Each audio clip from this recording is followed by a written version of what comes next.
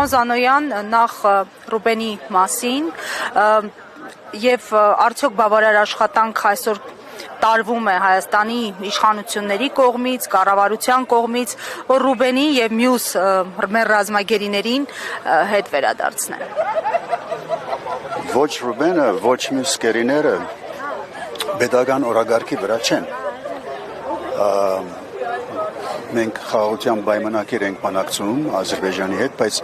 այդ բանակցություններու մեջ օրագարկի վրա գերիները չկան, ամենից որ ես չեմ գիտեր ինչ տեսակ աշխատանք կարելի է դանել,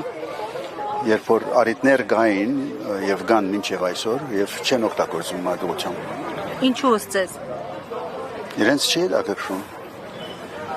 Ինչ պատճառներով ես չեմ գիտեր ճիշտ պատճառները, իրենց տպապատճառները, բայց իրենց համար այսօր ամենակարևորը ամեն գնով խաղաղության պայմանագիր ստորագրելն է, որտեղ որոշ չափով ադի կարևոր է իրենց համար իրենց քաղաքական դիրքորոշումը դիրքը ուժեղացնելու։ Իրատեսական օրակարգ է դա։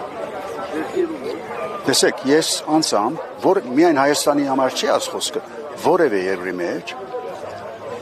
խաղաղություն չի կարելի ապահովել միայն պայմանագիրը ստորագրելով, չէ բադահաց մարդկային պատմության մեջ։ Ոչ ալ կարելի է անվտանգություն ապահովել խաղաղության միջոցով։ Եթե երկիրը իր անվտանգությունը արդեն ապահովված է իր բնական իր ուժերով, այն ադեն կարելի է խաղաղություն ունենալ։ Այսինքն անվտանգությունը խաղաղություն կապահովի, խաղաղությունը անվտանգություն չապահովեր։ Պարոն Զանոյան, որպես սփյուռքահայ գործիչ նաև կցանկանայի անդրադառնալ այսօր իշխանությունների կողմից նաև Սփյուռքի հանդեպ վարվող քաղաքականությանը, իդեպ թիրախում, այսպես ասած, ոչ միայն Սփյուռքն է, այսօր տեսանք Հայ առաքելական եկեղեցու հանդեպ շարունակվող այդ հակաքարոզի պիկներ Փաշինյանի կողմից եւ նրա տիկնոջ ու սատելիտների, ինչու է այսպես պատերազմ մղվում արժեքների, ինստիտուտների դեմ, որոնք կարողանում են բարձրացնել ազգի իմունիտետը։ Տեսեք, այս կառավարության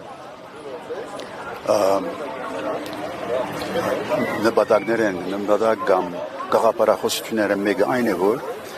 պետությունը առանց ամբողջական ազգին, առանց Սփյուռքը, առանց այս 29743 կիլոմետրից դուրս ինչ որ գա, ազգերության չի հետաքրքրել։ Իրենք այս համոզում ունին, որ պետությունը նախ եւ առաջ այս միջազգայինորեն ճանաչված սահմաններն են, այս սահմաններից դուրս ինչ որ գա մեր գործը չէ,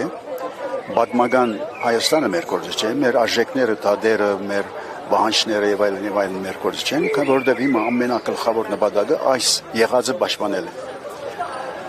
Ասի որոշ չափով ինքնախապեյություն է, եթե ինձ հարցնեք, բայց իրենք այդպես են եւ բացառական չեն, այսինքն այս երկրի եղած երկիրը, եղած հայրենիքը սիրելը եւ այս սահմաններից դուրս եղած հայրենիքը սիրելը իրար չեն բացառել։ Բացարձակապես իրար չեն բացառել, ընդհանրապես իրար կամ ռաբմնտեն եւ իրար կամ փոխչացնեն։ Ամենից որ այստեղ դրամապանության մեջ մի լուրջ բաց կա, որ եթե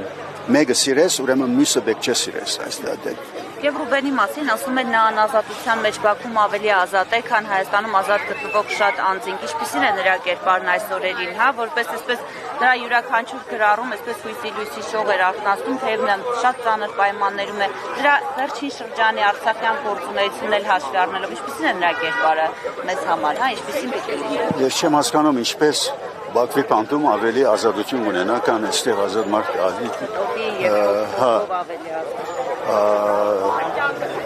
Ռուբենը իմ ջանչած Ռուբենը, որ շատ մոդեն է ջանչնա, համարյա չէ փոխված, այդ ուղերձներու մեջ ամեն մի միտք, որ գա, ամեն մի հայտարարություն, որ գա, արդեն մենք առանցին ինքը չպանդարգված մենք քննարկել ենք օրերով, ամիսներով, դարիներով քննարկել ենք, այսինքն ես այդտեղ նորություն չեմ տեսնել, այդ բոլորը կարող է որ բանդից ուղերձու արգած է, բայց բանդի մեջ մտահղացումներ չեն անում, բանդի հետ կապ չունին այդ իմաստով, որ այնտեղից բանդն է իրեն այդ խոսքերը ասել դվող։ Ամենից որ Ռուբենը ես այդ ուղերձների մեջ որ գարտացի, Իմ կիցած Ռուբենսը ճիշտ չէ փոխված, հակառակ որ 2 տարի ատտաժան պայմանների տակ ապրած է, չէ փոխված, չէ թույլ տված, որ իր մտքին հետ խաղան, եթե ադսել գուզեք, այո, այդ կողմանը ինքը չէ արդոնած, որ բանդը իր վրա որևէ ասացություն ունենա մտային, կոնե իր հոգեկան եւ մտային բանի վրա, եւ ինքը բաց կսե։ Ես ուրախ եմ, հաշտ եմ ինձ հետ, գիտակցաբար արել եմ ասորոշումը եւ գիտեմ ինչու, շարունակում եմ։